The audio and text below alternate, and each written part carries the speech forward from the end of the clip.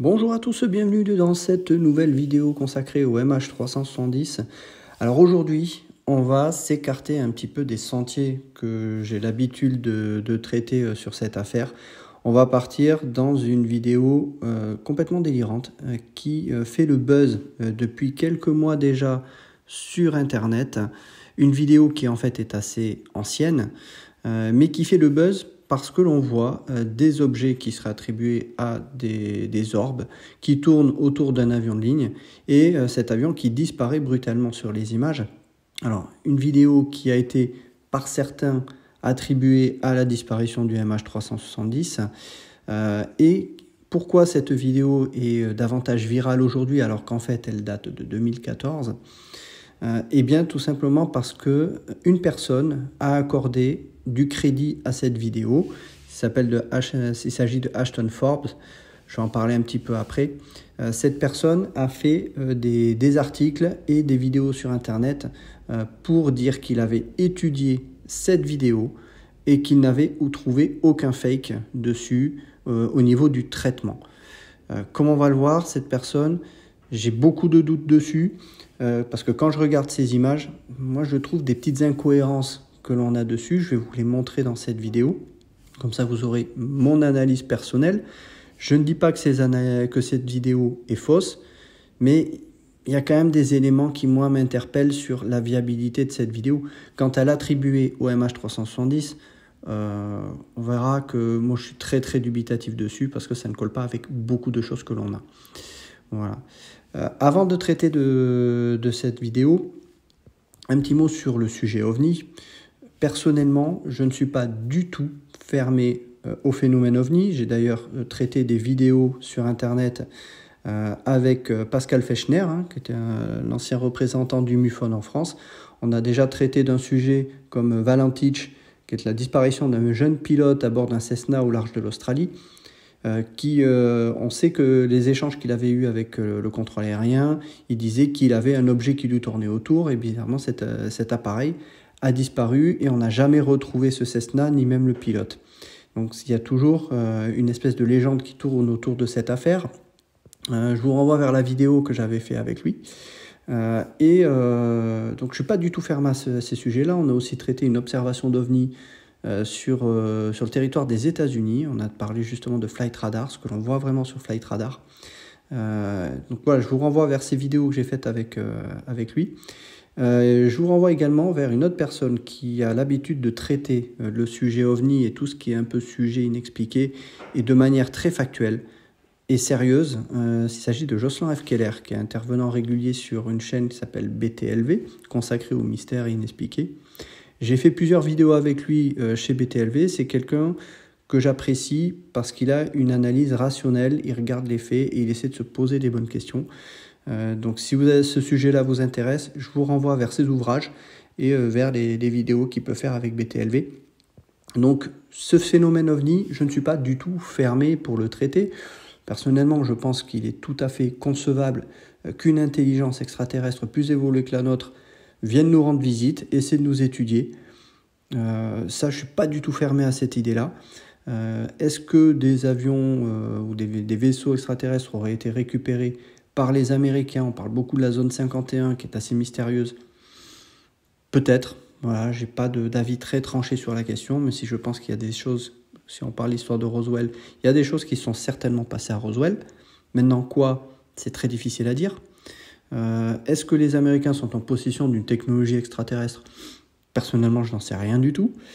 Mais je ne suis pas fermé à ces idées-là, mais je considère qu'il faut les aborder de manière pragmatique, sérieuse.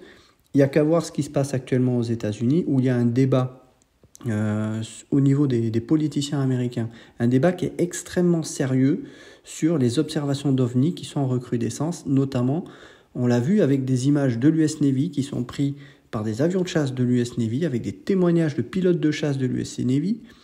Et en France, on ne s'intéresse absolument pas à ce qui se passe actuellement aux États-Unis sur ce sujet, alors que c'est un sujet qui est traité de manière sérieuse actuellement. En France, on a plutôt tendance à tourner ce sujet en dérision. C'est dire l'état d'esprit beaucoup moins ouvert que l'on a en France sur ce sujet, où on préfère ridiculiser ce thème-là. Quand on a des témoignages concrets sur des observations par des pilotes de chasse, qui sont des personnes qui sont habituées à voir ce qu'ils volent et à avoir des comportements anormaux en matière d'aérodynamique, ce sont des témoignages qui sont sérieux, auxquels il faut accorder du crédit. Donc oui, il se passe quelque chose. Oui, il y a certainement des objets qu'on ne connaît pas, qui défient les lois de la gravité ainsi que des lois aérodynamiques, qu'on ne peut pas expliquer aujourd'hui. Maintenant, transposer ça à ce que l'on a dans le cas du MH370 pour expliquer la disparition du MH370, non. Voilà. On a suffisamment d'éléments qui nous permettent de dire que cet avion a fait demi-tour. On a retrouvé des débris, donc cet avion n'a pas disparu, comme on va le voir sur cette vidéo. Et ça, c'est ce genre d'attitude de la part de personnes qui sont dans des milieux ufologiques, qui ont pour but soit de vouloir prouver ce qu'ils disent, en créant des vidéos qui sont des fakes, et de faire le buzz. Moi, ça me dérange. Ça me dérange parce que c'est malhonnête déjà par rapport au point de vue ufologique, mais ça l'est encore plus dans ce cas-là, vis-à-vis des familles des victimes. Voilà. On rajoute un scénario qui est complètement grotesque avec des vidéos que l'on met preuve à l'appui en disant regardez, ces vidéos ne sont pas des fakes.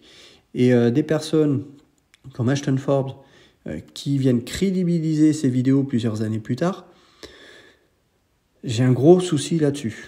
Voilà. On accorde du crédit à quelqu'un dont on a très peu d'éléments sur son background.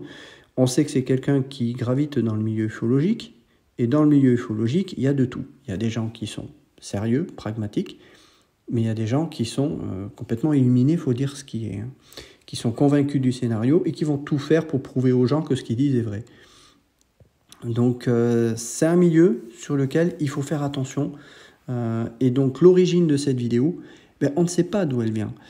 Ce que dit Ashton Forbes, c'est que cette vidéo a été identifiée de tel satellite, de tel système de drone, etc. Bon, simplement, il a travaillé sur le sujet. Est-ce que son analyse est crédible ? Là, je suis assez dubitatif aussi, parce qu'il y a quand même pas mal d'éléments sur ces vidéos, moi, qui me posent question. Notamment, il a fait quelques images, je vais revenir dessus, en modifiant un petit peu certains paramètres techniques de la vidéo pour essayer de voir si il y avait eu des éléments qui avaient été rajoutés sur la vidéo. Selon lui, non. Comme on va le voir, moi j'ai un point de vue qui est légèrement différent. Donc on va voir, en fait cette vidéo, il y a plusieurs vidéos dans cette vidéo. On a une première image où on voit une image qui serait, selon Ashton Forbes, une image infrarouge venant d'un système d'imagerie satellite. Cette imagerie, on voit un avion qui se balade, donc vu de haut, avec des orbes qui apparaissent et le point de vue bouge comme si l'opérateur qui regarde cette vidéo bouge l'image pour pouvoir suivre l'avion. Ce qui m'étonne un petit peu qu'on fasse quand même un cadrage comme ça sur une image venant d'un satellite. Ce qu'il faut bien comprendre, c'est que la définition de l'infrarouge à partir d'une image satellite, je serais assez dubitatif qu'on ait une définition comme ça sur un avion. Alors, quand on regarde la définition de l'image, l'avion est relativement flou, donc la définition elle n'est pas terrible. D'autant que les images que l'on obtient de ce genre de satellite, généralement ce ne sont pas des vidéos, ce sont des photos. C'est-à-dire qu'il y a une requête qui est envoyée au satellite de prendre en photo tel secteur, et ensuite cette information est prise par le satellite, et quand elle a été prise, elle est envoyée à l'antenne relais qui est au sol, donc elle est téléchargée au sol via un envoi depuis le satellite. On n'a pas généralement des vidéos. Ce que l'on obtient souvent, c'est des juxtapositions d'images qui donnent un effet vidéo, mais ce sont des images qui sont étalées dans le temps, et on fait un time-lapse, tout simplement. Mais on a rarement, à ma connaissance, est-ce qu'on fait vraiment des vidéos depuis des satellites ? Là-dessus, je suis assez dubitatif. Mais d'avoir une définition comme ça sur une image qui serait prise vraiment de très loin, je suis très très dubitatif qu'on puisse obtenir une telle résolution de la part d'une image qui viendrait d'un capteur qui est extrêmement loin. Voilà. Donc pourquoi on pense que c'est l'infrarouge ? Parce que quand on regarde la couleur, du moins l'image que donnent les nuages, c'est une image qui ressemble à de l'infrarouge. C'est typiquement le genre d'image qu'on observe quand on a des images météo infrarouges pour on va dire, voir un petit peu l'humidité de la masse d'air et voir un petit peu la concentration en humidité. Et donc plus on a une concentration en humidité qui est importante, plus la signature infrarouge que l'on obtient à cet endroit-là est différente. Et c'est le cas d'un nuage quand on en voit qui est très blanc. Voilà. Généralement, sur ce genre d'image, on va dire que ce qui est chaud est blanc, ce qui est froid est noir. Mais on peut inverser également cette polarité. On peut très bien avoir ce qui est chaud noir et ce qui est froid blanc. Donc tout dépend un peu du réglage. Là, ce que l'on voit là, qu'est-ce qui serait le plus chaud? Moi, ce que je pense sur cette image-là, après je peux peut-être me tromper, hein, ça dépend de la polarité du système. Et donc on aurait l'avion qui est en blanc et qui serait à peu près de la même température que le nuage. Ça m'interpelle un petit peu. Voilà. Après, de l'arrière-plan, on peut avoir, donc ça va être l'océan. En théorie, l'océan est plus chaud. Là, on a l'océan qui est plus chaud, donc qui est visiblement plus foncé. Donc, ce qui est plus froid est en blanc, et ce qui est plus chaud est visiblement en foncé. Et là, ça me pose aussi quelques problèmes. Quand on regarde un peu plus en détail la vidéo, un peu plus loin, on voit tous ces orbes qui tournent autour. Je ne m'intéresse pas aux orbes pour l'instant, je m'intéresse qu'à l'avion. Quand on zoome un peu, on se rend compte qu'on n'a pas la même couleur entre le dessus et le dessous de l'avion. Or, si on est sur une définition infrarouge qui est aussi peu précise en termes de différence de température, puisqu'on j'ai dit, on a visiblement la même couleur entre l'avion et le nuage. Pourquoi le dessus de l'avion est noir? Moi, ça m'interpelle, ça. C'est-à-dire qu'on n'a pas la même température entre le dessus et le dessous de l'avion. Or, je rappelle que dans le cas du MH370, on était de nuit. Donc, que l'on ait un écart de température avec le dessus et le dessous de l'avion de jour, parce que le soleil tape sur le fuselage de l'avion, donc chauffe le dessus de l'avion, mais pas le dessous, je pourrais quand même en partie comprendre. Mais en l'occurrence là, on était de nuit. Donc de nuit, on devrait avoir une température qui est relativement uniforme sur l'avion. Et on va le voir sur une vidéo un peu plus loin, où on a une température visiblement de l'avion qui est plus uniforme. Ce que l'on observe ensuite, c'est qu'à force que ces orbes tournent, bizarrement, au bout d'un moment, l'avion, pouf, il disparaît. Bon, il n'y a rien de plus simple que de faire disparaître un avion avec un petit flash lumineux comme ça, d'un point de vue montage vidéo. C'est très simple, mais très très simple. Moi, je ne sais pas faire, hein. Mais il n'y a rien de plus simple en termes de montage vidéo pour faire ça.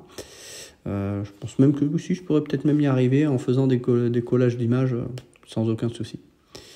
Donc ça, c'est déjà le premier élément moi, qui m'interpelle sur cette vidéo-là. La deuxième vidéo, on a une image qui est là, on est clairement en infrarouge, puisqu'on voit on est sur des tons de vert, des tons de bleu. L'infrarouge, c'est pas forcément du noir et blanc, hein, ça peut être également des couleurs. Voilà. Quand on observe ce que l'on a là, avant d'aller plus loin sur l'avion, on voit que c'est visiblement pris d'un drone. La première question que j'ai envie de me poser, c'est de quel type de drone? Quand on regarde sur la gauche, on voit visiblement la partie avant du fuselage, donc la tête en quelque sorte de l'avion, et ça ressemble de manière assez proche à la forme de la tête d'un drone américain que l'on voit ici, type RQ-9 Reaper. Donc c'est assez cohérent avec ce type d'avion. On voit bien l'angle que fait le bord du fuselage. Mais il y a une incohérence qui moi m'interpelle, c'est qu'au-dessus, on voit ce qui semble être l'aile de l'avion. Donc on a visiblement une aile qui est plus haute que la partie médiane du fuselage. Or, quand on observe une image d'un RQ-9 Reaper, l'aile, elle est quasiment au même niveau que l'angle que l'on a sur le côté du fuselage. Donc on a une aile qui est, sur l'image de ce que l'on voit là, qui n'est pas du tout à la hauteur qu'elle devrait être par rapport au fuselage de l'avion, sur un RQ-9 Reaper. On a une aile qui est plus haute. Et la question que je me pose, le capteur que l'on a là, il est situé où? Parce que quand on regarde sur le RQ-9, on a un avion qui a un empennage à l'arrière qui est vers le haut, qui n'est pas vers le bas. Voilà. Comme on peut le voir par exemple sur ce type de drone. Mais même là, si on essaie de placer la caméra sur la dérive arrière de l'avion, il y a une grosse incohérence parce qu'on n'a jamais rien, on n'a aucun capteur que l'on place là, on n'a aucune caméra. Et même la position de la dérive est trop proche du fuselage pour que l'on puisse avoir ce genre d'image. Visiblement, le capteur il est beaucoup plus décentré sur l'extérieur de l'avion. Donc le point de vue que l'on a là, si on part d'un type d'avion type RQ-9 Reaper, il n'est pas du tout sur l'avion. Il est sur le côté de l'avion, il est à l'extérieur de l'avion, à un endroit où il n'y a aucune pièce de l'avion, où on pourrait placer justement une image, ou du moins un capteur à cet endroit. Ça, c'est pour moi déjà une première incohérence. Deuxième incohérence, cette vidéo, et là qui m'interpelle encore plus. Quand on observe le déplacement de l'avion par rapport au drone, on a le drone qui passe juste en dessous de la traînée de l'avion. Or là, un drone comme un Reaper qui est extrêmement léger, qui passe aussi près de la trajectoire d'un Boeing 777, il se passerait quelque chose que l'on n'observe pas sur la vidéo, c'est-à-dire que le drone, il devrait rencontrer la turbulence de sillage de l'avion. Or, on voit que l'image, elle est parfaitement stable. Le drone ne bouge pas d'un iota. Et quand on regarde le déplacement relatif du drone par rapport à l'avion, on voit qu'on commence en début de vidéo avec le drone qui est au-dessus de l'avion, donc au-dessus du Boeing, et lors du croisement, il passe en dessous. Donc on a un drone qui serait visiblement en trajectoire descendante.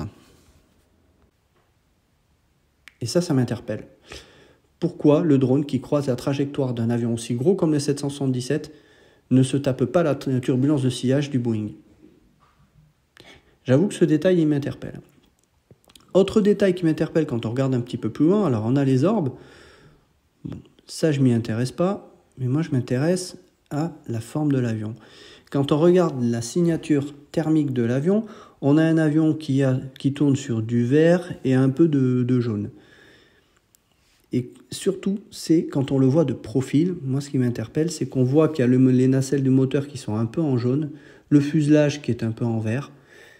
Et moi je trouve que l'écart de température entre le moteur et le fuselage, il est relativement faible. Le moteur, c'est la partie vraiment la plus chaude. On devrait avoir une différence de température plus importante. Quand on regarde un petit peu plus loin, on laisse un petit peu avancer. Là, on a une image qui est extrêmement zoomée, où on suit l'avion. Une image qui ne me paraît pas du tout stable, alors que ce genre de capteur, généralement les capteurs que l'on a sur des Reapers, quand vous verrouillez un objet, vous verrouillez un écart thermique entre l'objet et son environnement extérieur. Ce qui veut dire que si vous voulez verrouiller un avion pour le suivre, je peux vous garantir que votre capteur, il va se verrouiller dessus et ça va être extrêmement stable. Là, visiblement, le capteur, il n'a pas l'air d'être verrouillé, mais il zoome quand même dessus. Donc ça m'interpelle aussi. Mais ce qui m'interpelle encore plus là-dessus, c'est on voit apparaître des taches rouges au niveau de la partie arrière du moteur et on a une légère flamme qui suit derrière, qui est visiblement les gaz d'échappement de l'avion. Et là, il y a deux choses moi, qui m'interpellent sur cette signature thermique du moteur et de son échappement. Oui, la partie la plus chaude, à cet endroit-là des moteurs, je suis d'accord qu'elle est rouge, il n'y a pas de souci. Par contre, la flamme, elle est beaucoup plus éloignée. On devrait avoir une tache rouge qui devrait partir du moteur. Et pas une discontinuité comme on observe à cet endroit-là. Alors, ce qu'il faut savoir sur les moteurs d'avion de ligne, on n'est pas sur des moteurs d'avion de chasse. Les moteurs d'avion de chasse, c'est souvent des moteurs simple flux. Donc on a directement de l'air chaud, donc on a généralement des signatures thermiques qui sont très élevées. Or, sur des moteurs d'avion de ligne, ce sont des moteurs double flux, c'est-à-dire vous allez avoir la partie au milieu du moteur qui passe par la chambre de combustion. Cette partie va être très chaude et va être éjectée ensuite par l'arrière. Mais autour, vous allez avoir un flux d'air froid et ce flux d'air va venir entourer l'air chaud. Ce qui veut dire que ces moteurs-là, vous allez avoir des poussées qui sont plus importantes, mais vous allez également avoir des signatures thermiques qui sont plus faibles que des avions de chasse. Pourquoi? Parce que l'air chaud est entouré par cet air froid. Voilà. Mais ce n'est pas parce que vous avez cet air froid qui entoure l'air chaud que vous allez avoir une signature thermique sur un avion de ligne de ce genre aussi faible. Donc là, la signature thermique en sortie des moteurs, elle me paraît anormalement basse. Et surtout, cette discontinuité que l'on a entre la chaleur du moteur et la flamme qui est derrière, moi, elle m'interpelle. Et quand on regarde sur la suite de la vidéo, eh bien, c'est pareil, on reste sur une discontinuité. Donc là, pour moi, au niveau du montage, la personne qui a fait ce montage vidéo, la signature thermique d'un Boeing 777, elle n'est pas correcte. Voilà. Les images que je vais vous montrer ici concernent deux images issues de l'analyse vidéo de Ashton Forbes, parce que sur ces deux images-là, il y a quelque chose qui me dérange. Cette première image, comme on voit, donc c'est l'image qui a été retravaillée de façon à faire ressortir visiblement des contrastes. Et là, ce que l'on observe, on a visiblement l'avion qui est entouré d'un contour noir. Pourquoi? Je me l'explique pas. Parce que si on avait vraiment une image fiable de l'avion, on devrait absolument pas avoir ce genre de détour autour, de contour de l'avion. On devrait avoir directement l'écart entre la température de l'avion et la température derrière l'avion. Pourquoi on a l'avion qui est entouré de ça? Pour moi, là, c'est un indice qui montre que cette image, elle n'est pas fiable et que potentiellement cet avion, il a été rajouté sur l'image. Donc, moi, ça me pose problème. Sur l'autre image, là, on observe exactement la même chose. Donc là, on a fait ressortir aussi davantage des contrastes avec un filtre certainement différent. Et on a toujours cet avion qui est entouré, là, cette fois, d'un halo blanc autour. Pourquoi? Il n'y a aucune raison. Il n'y a aucune raison qu'on observe ce genre de choses. Que ce soit sur une image, que ce soit une image optique, mais que ce soit également sur une image thermique, il n'y a aucune raison d'avoir ce genre de contour autour de l'avion. Et ces éléments-là que je vous expose ici, pour moi, c'est un élément qui est quasi indéniable de la fabrication de cette vidéo. Donc voilà, moi les éléments que je donne, alors ce sont des éléments qui valent ce qu'ils valent, mais c'est mon analyse personnelle. Je n'ai aucun doute sur le fait que ces deux vidéos-là soient des fakes. Voilà.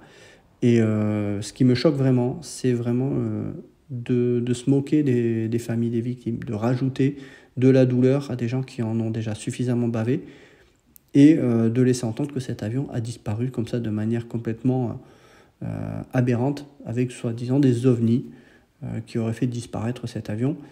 Alors l'auteur de cette vidéo ne s'est pas fait connaître. À l'heure actuelle, je ne sais absolument pas de qui vient cette vidéo, qui l'a fait, pourquoi, dans quel but. La personne ne s'est pas fait connaître. Donc ça aussi, ça entretient le mystère. Comme on ne sait pas qui l'a fait cette vidéo, certaines personnes considèrent que c'est quelqu'un qui l'a fait fuiter, qui ne veut pas être public pour ne pas avoir des embêtements avec l'armée potentiellement. Moi, je ne suis pas du tout convaincu. Au contraire, ça fait du buzz. Et qu'on ait des personnes comme Ashton Forbes qui viennent crédibiliser cette vidéo, parce que quand on regarde une vidéo qui est sur Internet, donc je vous mets le lien là, allez-y, c'est en anglais, vous ferez votre propre opinion dessus. On a énormément d'éléments qui sont très techniques dans ce qu'il explique, et pour autant, je suis assez dubitatif sur la viabilité des éléments qu'il met sur la table. Voilà. Donc voilà ce que je pouvais un peu dire sur cette vidéo. Alors j'ai fait cette vidéo parce que plusieurs personnes m'en ont parlé sur Internet, m'ont demandé éventuellement de pouvoir en parler, de dire ce que j'en pensais. Voilà, vous avez mon point de vue. Je peux me tromper sur ce que je dis sur l'analyse. N'hésitez pas à venir me contredire ou à en débattre. Je suis tout à fait ouvert à ce genre de propositions. Mais pour moi, cette vidéo est un canular. Ni plus ni moins, un de plus. Et un de plus que les familles de victimes n'ont pas besoin d'avoir. Nous, on essaie avec certaines personnes, je parle de Patrick Blély, Jean-Luc Marchand, de rationaliser les éléments dont on dispose pour essayer de pousser les autorités malaisiennes à aller chercher à un autre endroit dans l'océan Indien. Et là, on est vraiment sur du factuel, sur des éléments techniques qui fonctionnent, qui sont difficilement compréhensibles parfois pour la plupart du grand public, mais on essaie de faire avancer les choses parce qu'on veut que cet avion, on le retrouve, qu'on sache ce qui s'est passé. On ne saura jamais exactement tout ce qui s'est passé à l'intérieur de cet avion, mais au moins qu'on le retrouve et que les familles puissent faire leur deuil et que ce genre de vidéos qui viennent me faire du buzz sur Internet, qu'on puisse dire mettez-moi ça au placard et revenons à des choses plus rationnelles. Voilà ce que je pouvais en dire. N'hésitez pas à liker la vidéo, à poser vos questions. J'y réponds régulièrement sans problème. Et je vous dis à très bientôt pour une prochaine vidéo.